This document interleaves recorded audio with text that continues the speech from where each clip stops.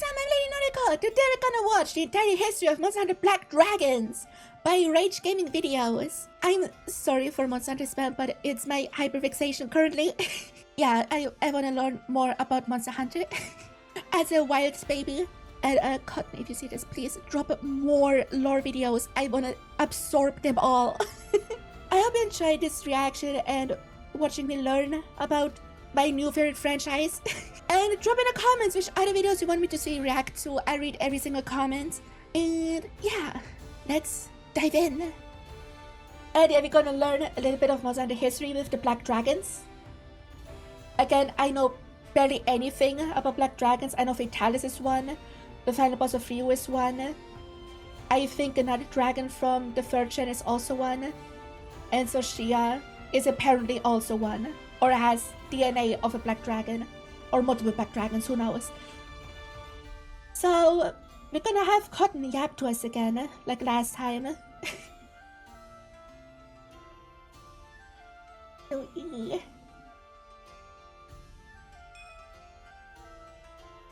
Rob, thank you for following. Okay, let's start though. Masturbation is a form. That's the wrong video. That was the wrong video.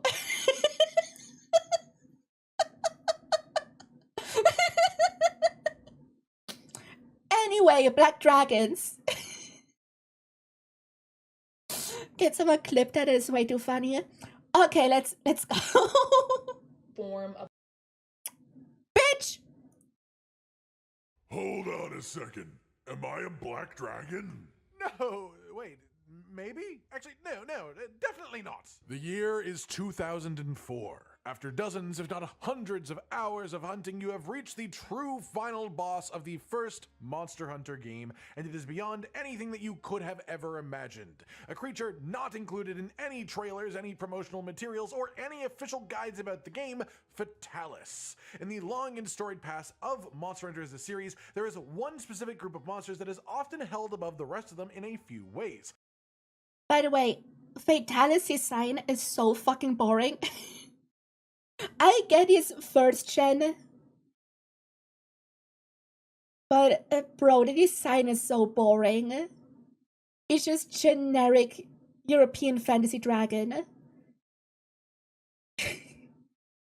I don't know, I never cared for Fatalis, even when he was added to Dragalia Lost, because they had Monster Hunter collab. The design never did it for me. As Superman, I see Gog and I click valid. In terms of their status in the lore, their level of power within the lore, often considered creatures with so much power. By the way, is the audio good? I often get comments about the audio being too low. Do you hear Cotton well? Just asking. That they could destroy the entire planet if they felt like it, and the fact that they were never actually talked about or shown in any capacity by the developers outside of the game itself for a very long time, almost as if Capcom themselves were hiding their existence. And also, of course, just how these monsters were treated as fights in the games too. And these are the Black Dragons, also known as the Forbidden Monsters or Dangerous First Class Monsters, all of which are community-coined terms to categorize these specific creatures. The Black Dragon moniker first became a thing because of the title system. All monsters have titles officially attributed to them. Duramboros is the Tail Hammer Wyvern. Zamtrios' title is the Transforming Shark. They tend to be fairly literal, and usually a monster's title is unique compared to other monsters. Black Dragons are the sort of exception. The translation of Fatalis' title is very literally just Black Dragon, nice and simple. Elatrion's title is the Blazing Black Dragon, so Black Dragon with a modifier in front. Dire Morales' title Elatrion is was the one I was Molten thinking Black of Dragon, about it. or Smelting Elatrion Black is Dragon 3rd is another gen, common right? translation, but again, it's Black Dragon with a It is a modifier few boss, in front yeah. of it. Generally speaking, we do also. I think they went with that because Fatalis is very different than the rest of the design. Because the monsters have places in nature, Fatalis is not. So yeah, it's kind of boring. Yeah. Like, in isolation, lore-wise, super cool. But in isolation, just the design is so generic. Crimson Fatalis and White Fatalis, also known as Old Fatalis, when talking about black dragons, because they are variations of Fatalis himself. It's never officially stated, it's not like a lore-driven thing, but according to the internal naming system that they use for monster IDs, Crimson Fatalis is considered a Fatalis subspecies, and Old Fatalis is considered a Fatalis rare species. So they're like the equivalent of Pink Rathian and Gold Rathian as a bit of a comparison.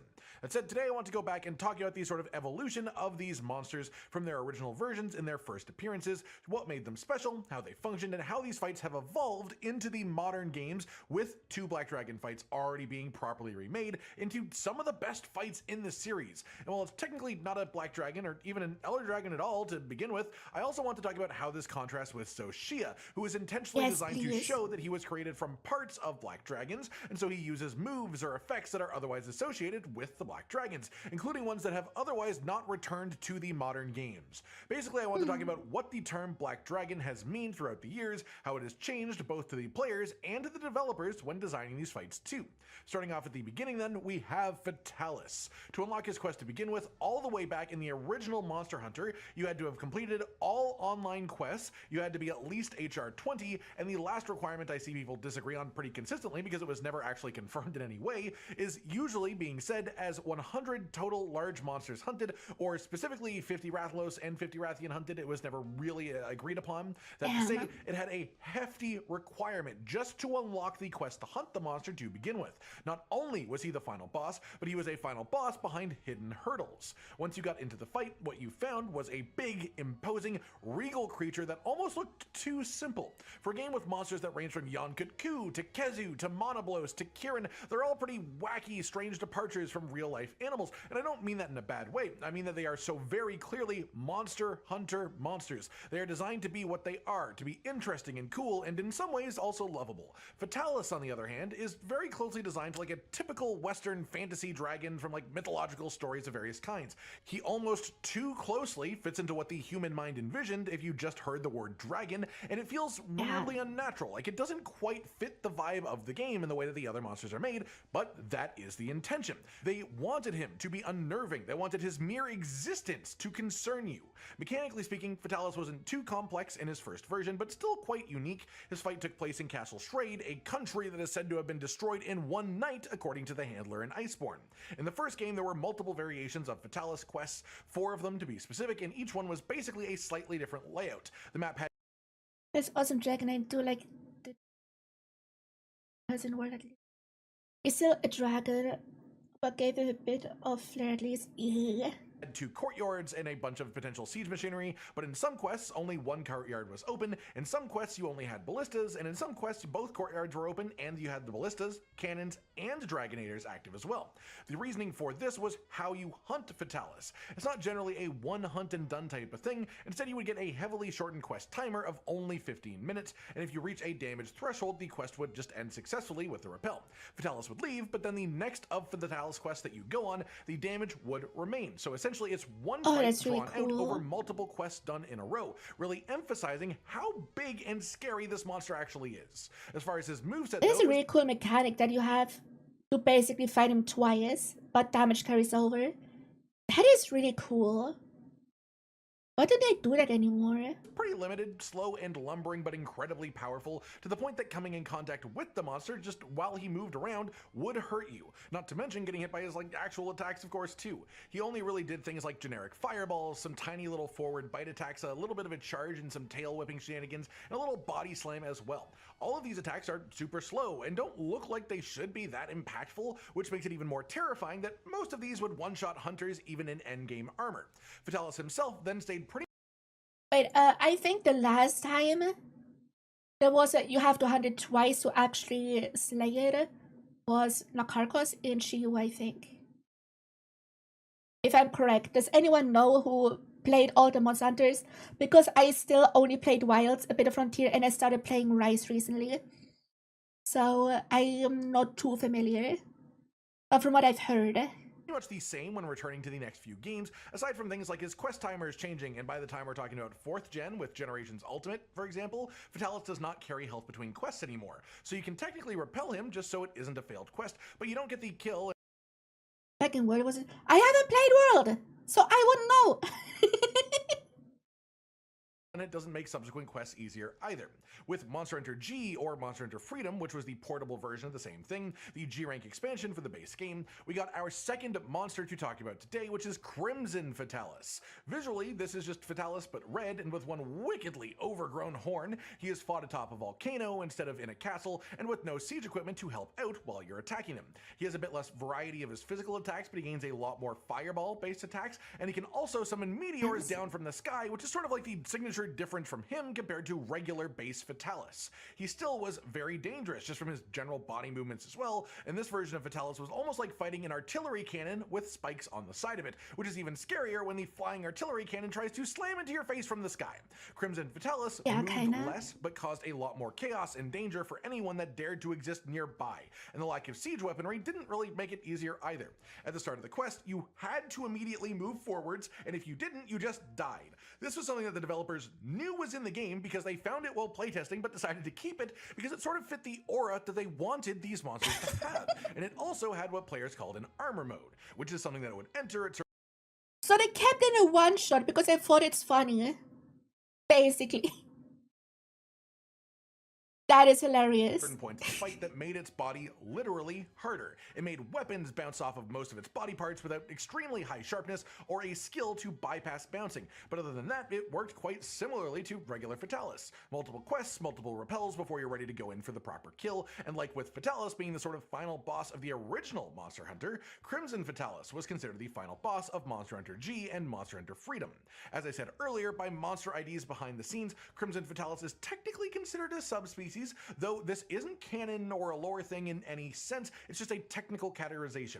But if we were to go by existing logic of what the monster variations are in the series, Crimson Fatalis is supposedly a Fatalis that survived from the first game's fights, grew a wicked horn, and got a lot angrier and redder in the time that followed, developing extra moves that it could use in the process, which would essentially make it like the grandfather of all deviant monsters from Generations and Generation Ultimate, which are all monsters that survived a very difficult near-death experience and then grew and mutated in strange ways. The final boss of the original PS2 game, the final boss is Fatalis, but this is the PSP version of the first Monster Hunter, which is expanded, and the Crimson Fatalis is the final boss. In the second generation, we had the addition of a third monster to this grouping, which was White Fatalis, who as of just a couple of years ago has been in the process of a name change to Old Fatalis, as Capcom has decided that they prefer the name Old Fatalis for him for whatever reason. Honestly, I am hopeful that this name change means that he'll be making a return, and I feel like being the final title update of the expansion for Monster Hunter Wilds is not that unlikely based on the breadcrumbs we've been given so far. It's just Fatalis, but what if White Fatalis for the rest of this video because that's what I'm used to calling him, and it just fits the naming convention of Crimson Fatalis as well, of course. White Fatalis was meant to be like a cosmic horror evolution of the creature, even more mysterious than the other Fatalises. Fatali? I don't know what the plural for these monsters should be, but I hope I never have to actually find out in the games. This Fatalis is white, of course, as the name implies. He's got a big fluffy beard, and his original version in Monster Hunter DOS was fought atop the tower. He uses red lightning instead of fire, and for a long time people have just generally called this dragon lightning because of the coloring, but in technical terms it is just a red colored lightning. It doesn't actually do dragon element or anything like that. As far as his actual attacks and mechanics, he's actually surprisingly similar to the other Fatali. He of course replaces fireballs with new red lightning attacks. He can call lightning down from above in similar patterns to the meteors from Crimson Fatalis, but of course it's lightning instead. He has some lightning added to some of his standard Fatalis melee parts of the moveset as well, just to make them a bit more dangerous, and he has an armor mode like Crimson Fatalis where he will just make his scales harder and make you bounce off of most body parts without massive sharpness or the skill to ignore weapon bounces. I know a lot of players loved using Gunlance for this monster in this game due to Gunlance shells ignoring hit zones and bouncing entirely. He did also get a But no fact, but none of Fatalis' armor is considered a bad omen. Fatalis' armor is seen as a good omen. That is interesting. What should you know about Rise? I give spoilers to myself for the fights. The last hunt I did was Magnamalo in Village Quest. That's the last one I did. And I think I did a 5-star gathering quest so far. That's it. special attack where he flies up on top of one of the runes on the side of the tower. But the descriptions of Fatalis armor is gonna get taken over by the spirit of Fatalis and become Fatalis. Oh! Oh, that's interesting. Is it just like folktale shit, or is it actual real lore? I'm just guessing it's folktale shit, which is still lore, but you know what I mean? Or is it actual lore?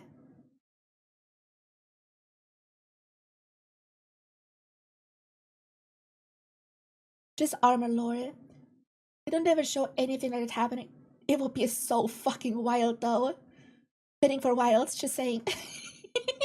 On like a pillar and just calls down a bunch of lightning on the arena, striking all over the place. And as you can see here, in the original fight in DOS, there was one specific spot in the arena that did not get hit by lightning. But the devs, of course, found this and got rid of it for free tonight. As an that is so note funny. To sort of follow the pattern here. Thank you for super chatting. Can someone tell me what kind of currency 𝘕𝘠 is? Well, thank you. 𝘬𝘷𝘦𝘬𝘍𝘳 was sort of the unofficial final boss of Monster Hunter DOS's online hunts. So for Monster Hunter 1, it was Fatalis. For the expansion of Monster Hunter and the Monster Hunter Freedom portable version, it was Crimson Fatalis. And now for the second generation game, the final boss was White Fatalis, presenting a clear theme of these monsters being considered powerful above all else. The next new monster added within this grouping that we're talking about today was in Monster Hunter Tri, and it was the final boss of that game's online quest as well. So another Black Dragon, another final boss. And this is, of course, Alatreon, the first monster today that does not have Fatalis in the name. His title was the Blazing Black Dragon, and he was a very different take on the concept of a Black Dragon from Fatalis 2. He was also a I like all the Elder Dragons with these wings, by the way. These kind of wings are so fucking cool. Large dragon with black scales, but he had a very demonic look to him. The curled beak, the gigantic, scary, spiky horns, the spikes along his wings, and the holes in his wings to make him look like ancient and battered, the finned tail, and then the tusks that he has coming out from him as well. Oh, cool. Well, are all just adding together to make him look like some sort of evil, unnatural abomination of a creature, partially shown by his scales being the reverse direction of most actual animal scales to just really dig in that point. He's also known to cause chaos wherever he goes, crazy weather inclemencies, and an interesting note that some Alatreon even can make their homes in underwater caves because they are just that adaptable of a monster. Where Fatalis was essentially a mega powerful version of a classic fantasy western dragon concept, Alatreon's mystique came from his ability to use every element in his fight, with the exception of water, at least in his original version. He essentially had two modes, which were ground mode, where he would use things like fireballs and dragon augmented melee attacks or slight hops into the air just to slam back down on you too. Separately, he also had a flight mode, a flying mode, where he would use ice attacks like causing big slabs of ice to rain down from above, or icy breaths and other projectiles. And his more melee attacks in this mode are where his thundery attacks came from. On the ground, Alatreon is weakest to ice damage, and in the air, Alatreon is weakest to dragon. So he did have element and resistance swapping mechanics even in his original fight to a certain extent, and if you broke both of his horns, he would no longer go into flight mode for the rest of the fight. So a horn break mode swap stopping mechanic was also present in Maybe the fight Noriko will eventually have the final ultimate monster in Sunbreak. I know the final boss for Mass Rank is what was it? I forgot the name, but I know what most of the monsters look like. I just don't know how their hunts work. in his original version, but this was actually removed for 3 Ultimate and was only actually a thing in the base game of Tri. Speaking of 3 Ultimate, then we have our last new Black Dragon, Dire Morales, the Molten Black Dragon. This is an extremely interesting one, as he is the only massively oversized Black Dragon in the series. His general shape is very similar to Fatalis, except the wings themselves, and of course he is essentially made of volcanic rocks, or at least scales that have a similar texture to volcanic rock, and he produces magma just as a part of his biological functions. He's basically like a kaiju, like a rocky molten Godzilla, and the entire point of him is to feel so overwhelmingly impossible to defeat that you are paralyzed with fear by the mere sight of him. He lives that came out at the very end of the life cycle, title update 5.5. No clue what you mean. I don't know which monsters got added with which title update. Lives in the Tainted Sea. What if he will return in files? It would be cool since this one I forgot the name again. Really 𝘕𝘠𝘠. Oh, I know about 𝘕𝘠𝘠. I hunted one earlier in Monster Hunter now. And the second phase of that goes into Primordial, I think. So I think I'm familiar, kinda, because mobile slop. You play now too? Nice. Yeah, on and off. But I suddenly really get good enough armor to deal with Elder Dragons. So I have like a half 𝘔𝘰𝘠𝘕 set. And it just made the 𝘕𝘠𝘠 Sword and Shield. Which has a red tint. But they could add this dragon into Wilds because we have underwater mechanics with the Lechakras hunt. Due to the pure death that follows 𝘕𝘬𝘸𝑚𝑜ralis as he moves around, it could work. pouring out unbelievable amounts of heat into the sea just by existing there, which then radiates through the water and kills most living things around him. He uses the water to keep himself from overheating, but wipes out an untold amount of smoke. Like, they could put him behind the dam in the Scarlet Forest and be like, oh, if you don't stop him, he burns the forest down. They could work. They could very well work. Also, Jay Plays, thank you for following. Life forms in the process. As for the fight itself, you fought him on the shoreline where you could dip into the water and attack him using underwater cover. I've gone up against 𝘕𝘬𝘸𝘸 before, but the 𝘕𝘬𝘸𝘸 fight is kind of meh in the original incarnation. Yeah, from what I've seen, he just stands there and fires rocks at you. Pretty much. And you fire like ballistas at him or swim to him to hit weak spots, and that's it. From what I've seen. Combat that was unique to the 3rd generation games, but he would also, some of the times, come out of the water and fight on land. Most of his attacks were either magma raining down from the sky, shot out from the large tubes on his wings, fire attacks that came directly from his mouth, or physical attacks where he basically just tried to crush you with his pure weight, as well as a tail swipe to protect his rear end. And like the other Fatalicesses, being too close to him when he moved in certain animations would also deal damage to you. His weak spots, called magma cores, were the big swirling magma bits on his body. You had to damage his wings enough to be able to attack some of the cores, and if you disabled the correct cores, you could stop him from spewing magma balls out of his wings as well. So he did have a certain amount of mechanical depth, even if his actual moveset was relatively small. Then we moved to... This is the first time I see him out of the water, by the way.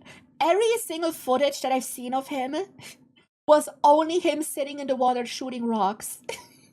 The 4th generation games, which brought back all of the Black Dragons except for 𝘕𝘬𝘸𝘸 with some slight changes too. For the Fatalicesses, they removed the necessity of doing multiple quests in a row for them. Repels could be still a thing that was happening, but it was entirely reasonable to kill these monsters in one singular quest. By the time of Generations Ultimate, the next game, also in the 4th generation, these repel results would no longer reduce the health of the monsters for subsequent quests either. Fatalis itself gained a... They should have kept the weakening for the second hunt thing. That's such a cool idea. I wonder why they got rid of that. Fire breath attack, and also had a blast powder-like effect that it could use for a slightly delayed explosion. It also gained a fireball animation from 𝘕𝘬𝘸𝘸 moveset too, and some other moves from 𝘕𝘬𝘸𝘸 sort of animations as well. And the new bite attack it gained as well that could give you the Dragon Blight ailment. Crimson Fatalis got the same new attacks as regular Fatalis for the most part, but lost the armor mode mechanic that it previously had. In the G rank version, it also got a sort of heat aura attack that it could do and release during certain animations to apply environmental damage to nearby hunters, as well as applying fire blight to anyone too close to it during certain animations. Oh, environmental damage. I guess that's kind of similar to 𝘕𝘠𝘠𝘠, because 𝘕𝘠𝘠𝘠 also does environmental damage if you're too close. That's cool. Really just sort of amplifying the feeling of absurd power just emanating from his existence. White Fatalis returned in Monster Hunter 4 Ultimate as well, being fightable in Castle.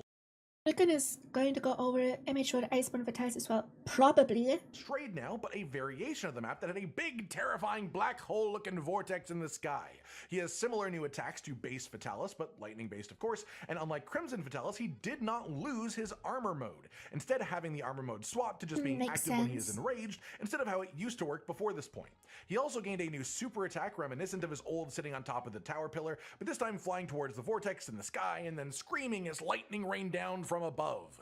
In Generations, Elatrion returned, but only with some very minor changes. Then we hit 5th generation games, specifically the Iceborne expansion, where we had remakes of 2 of the Black Dragon monsters. The first one we had happen was Elatrion, and an important note is that this is the first time any of the Black Dragons had been given a monster icon to represent them, instead of the old question mark symbol. In Iceborne, Elatrion had been heavily revamped and reimagined, but kept a lot of the same design philosophies and similar animations for a lot of his attacks. Visually, he was just an enhanced version of what he used to be, looking even more imposing, but being basically the same except for being more muscular in a lot of places, and somehow even more evil and abnormal looking. He now also has a water attack where he spits little globules of like oil at you that would inflict water blight if they hit you, but also were flammable if you hit them with a fire attack too. And with that, he officially became a 5-element using monster. He still had elemental modes, but unlike his original version, these didn't constrict his moveset. Honestly, I want him in the expansion just because of the dual weapon thing in Wilds. Would make this fun a lot more fun, probably. When you can switch to adapt between his 2 modes, right? That would go so hard. Kind of similar how GOG works in Wilds. And they weren't locked to being on the ground or in the air. He could use pretty much any move that he... People hated Legend so much when he came out. Why? The design is cool, using all elements is cool. Because of his elemental requirements. Oh, because he has different weaknesses depending on which mod he is, right? Probably. Let it do elemental damage to shut down his Nova. Oh. Damn it. Yeah, DPS check. That could work really well in Wilds though. Since you can switch weapon. Like, it works with the DPS check with Omega having to switch to fire for the Nacilla. It works with GOG starting with fire for the oil phase, and then for the 3rd phase you got the dragon. It could work really well in Wilds. He had in any of his modes. He went from having 2 modes to 3 as well, and instead of being tied to ground or flying, they were elemental, signified by the color of his glow. He would start the fight either in fire mode, where he was weakest to ice element, or ice mode, where he was weakest to fire element, and then which one he started in depended on the version of the quest you did. After a couple of minutes in his first form, he would then switch to dragon mode, in which he was weakest to dragon element itself. After a couple of minutes in dragon mode, he would then do Eschaton Judgment, which is his new big supernova attack that just blasted the entire arena with unavoidable damage. By default, this attack is strong enough to one-shot any hunter, but the power was reduced in multiple stages depending on how much elemental damage that you did to him during the first couple of phases of the fight. And if oh, so it kind of works like GOG's ult in Wilds. The more damage you do, in this case elemental damage specifically, the weaker the ults. Oh, I can see why people didn't like that. Oh, yeah, I get it now. I get it now.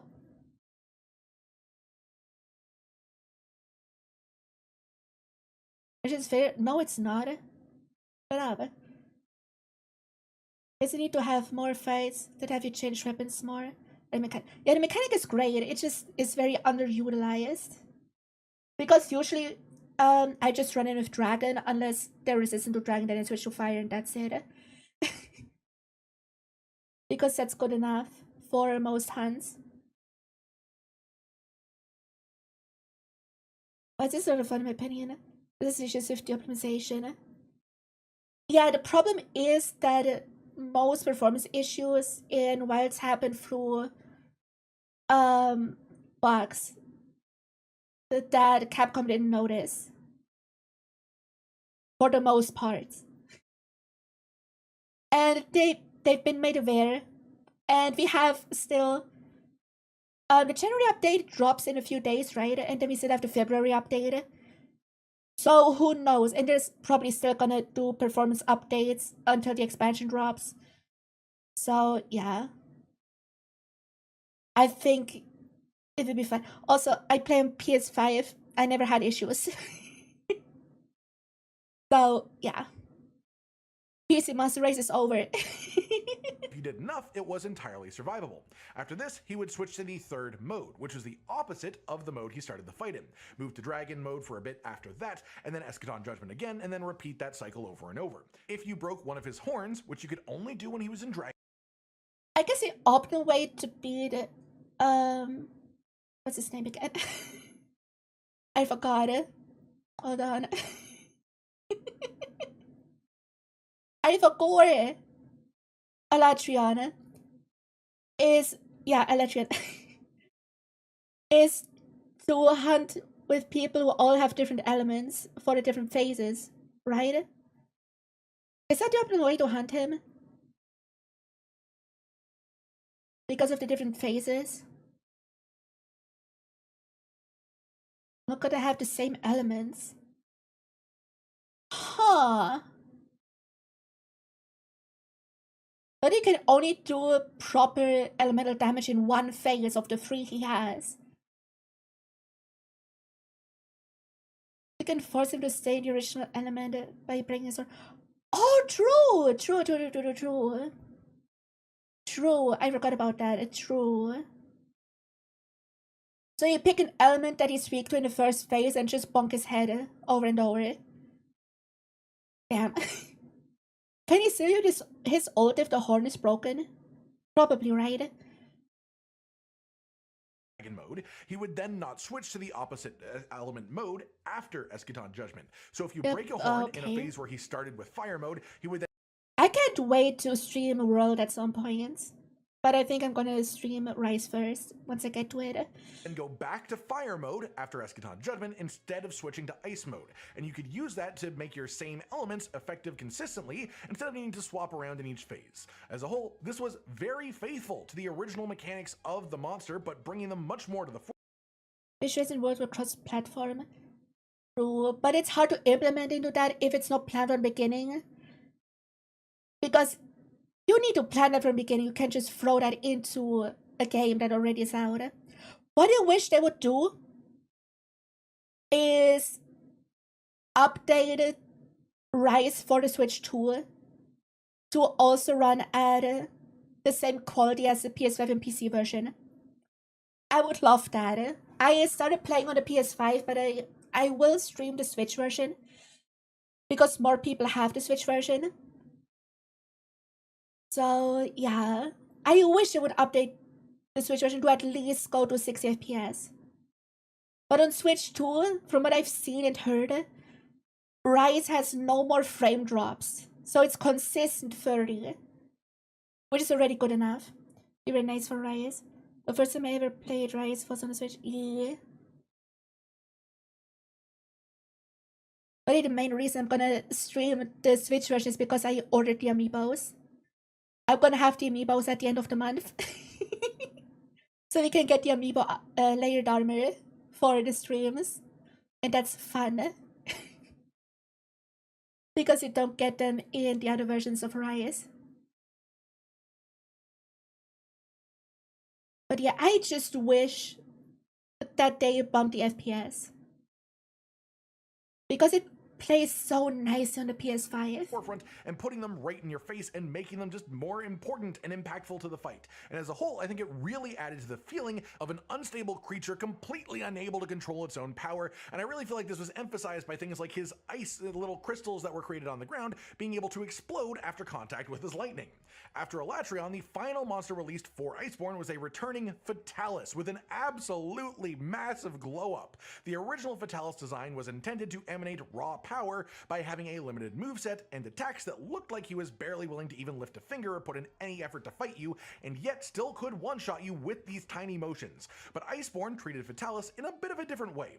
The arena was Shrade once again, but an updated version of it, and his moveset was sort of a lot of returning attacks, but with a lot more variations for his physical attacks and more variations for his fireballs. More varieties of breaths as well, including one of my favorite attacks in the series, where Fatalis does this like big fire breath in a cone that gets blocked by certain bits of terrain or by shields, so you can like hide in tiny little pockets of safety to not get blasted by it. And most importantly were two big new mechanics. The first was the super attack he was given, where at different thresholds of health he would fly up in the sky and shoot down a... It is a glowing red chest. Did they do the thing where they kinda gave him moves of Crimson and White Fatalis. Kind of like they gave Mizutsuno and Wild's Soulseer moves. Did they kind of do that for Fatalis in World?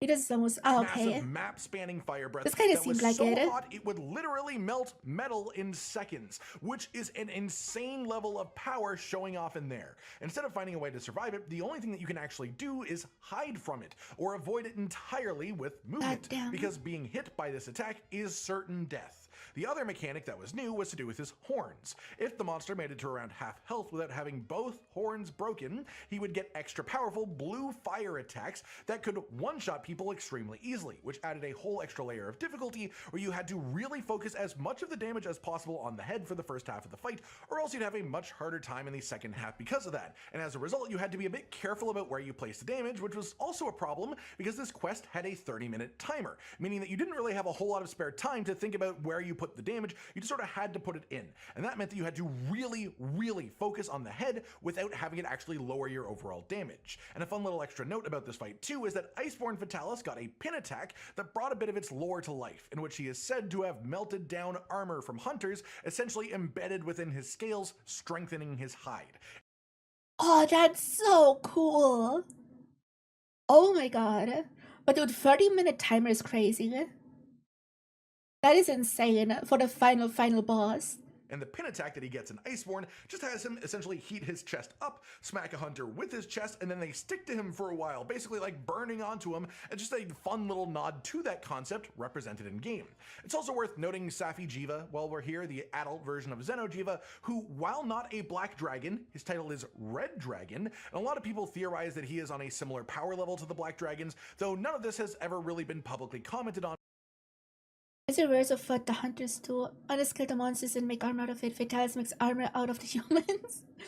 Yeah, that's kind of cool. By Capcom, so he's not a part of that group, but I like mentioning him while talking about these regardless. The final thing then to mention is 𝘕𝘪𝘠𝘴. I made a whole video back in the day talking about 𝘕𝘪𝘠𝘴 and how he is basically a culmination of the Black Dragons, an amalgamation of them put together using attacks that can be directly traced back to each of them, as well as some attacks from other monsters as well, potentially too. But he most noticeably has a lot of his attacks directly from the Fatalis trio, and while he is not a Black Dragon himself, in fact he's not even an Elder Dragon, he clearly is intended though to represent the concept of the Black Dragons. He isn't at the same level of power as the actual ones, but the logical way to interpret this is that the ancient civilization used bits and pieces of Black Dragons when creating this construct, and beyond it just being a super cool fight as a result of that, the lore implications are immense, suggesting that the ancient civilization not only was capable of defeating Black Dragons, but actually harnessing their power for their own uses. And that brings us to where we are right now, in the time after. If 𝘕𝘪𝘠𝘴 is actually made of parts of Black Dragons, which it seems to be, what if somehow 𝘕𝘪𝘠𝘴 manages to do the thing that Arcworld did and became a real species? And then we have a new Black Dragon? That would be kind of cool. It would be bad. Yeah, it would be bad, but also it would be so cool. The final title update for Wilds, but before the expansion. And I It's made of Black Dragon DNA. It was so that they have eyes. I think 𝘕𝘪𝘠𝘴 is the perfect sort of Just breadcrumb to tiny give us eyes. hope of a very Black Dragon related storyline coming to pass within the expansion, and if so, I would love to see that, whether it ends with like a new Dire Morales, which would be awesome, or a new like White Fatalis, Old Fatalis type creature at the end too, or maybe even, hey, a fully brand new Black Dragon. That is always a possibility. That pretty much does it for today, number one, a sort of look back at the Black Dragons, or dangerous first class monsters, or forbidden monsters, whatever you want to actually call them. There's never really been an official agreed upon term, just various things that have stuck in the player base and community over the years since the start of the series. I hope you've all enjoyed this, and let me know your own thoughts on these monsters down in the comments That was an below. interesting video. Like if you liked the video, subscribe with the notification bell for more, and most importantly, ladies and gentlemen, until next time, stay sweet. Josh, Cotton, and Hollow with the videos, dropping the humor like a hammer on your tippy toes, bringing entertainment on a daily arrangement to take our insanity and turn it into entertainment. Yes, I said entertainment twice. to reiterate that it is nice to look into your faces on a mostly daily basis when you let us in your homes to make the whole world a stage. The big 7 that Judge Cotton had for the Vitalis World Hunt was great. I still didn't watch their World Probe, but I watched their 𝘕𝘂𝘀𝘀, and that's fun. I should probably watch the World Probe, since that's when it started, right?